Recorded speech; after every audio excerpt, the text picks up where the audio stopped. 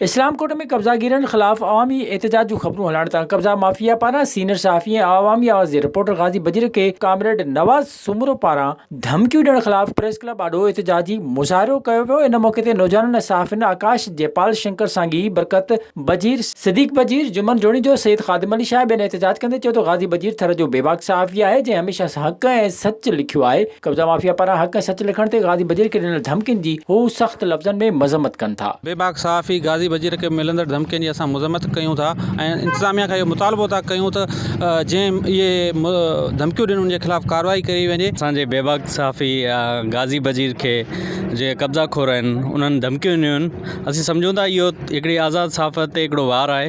असीं मुतालबो कयूं था त ज़िले जी जेको नुमाइंदा आहिनि उन्हनि खे ऐं इंतिज़ामिया जेको उन्हनि खे त उहो इन्हनि जो नोटिस वठनि ऐं इन्हनि जे लाइ ख़िलाफ़ कार्रवाई कनि।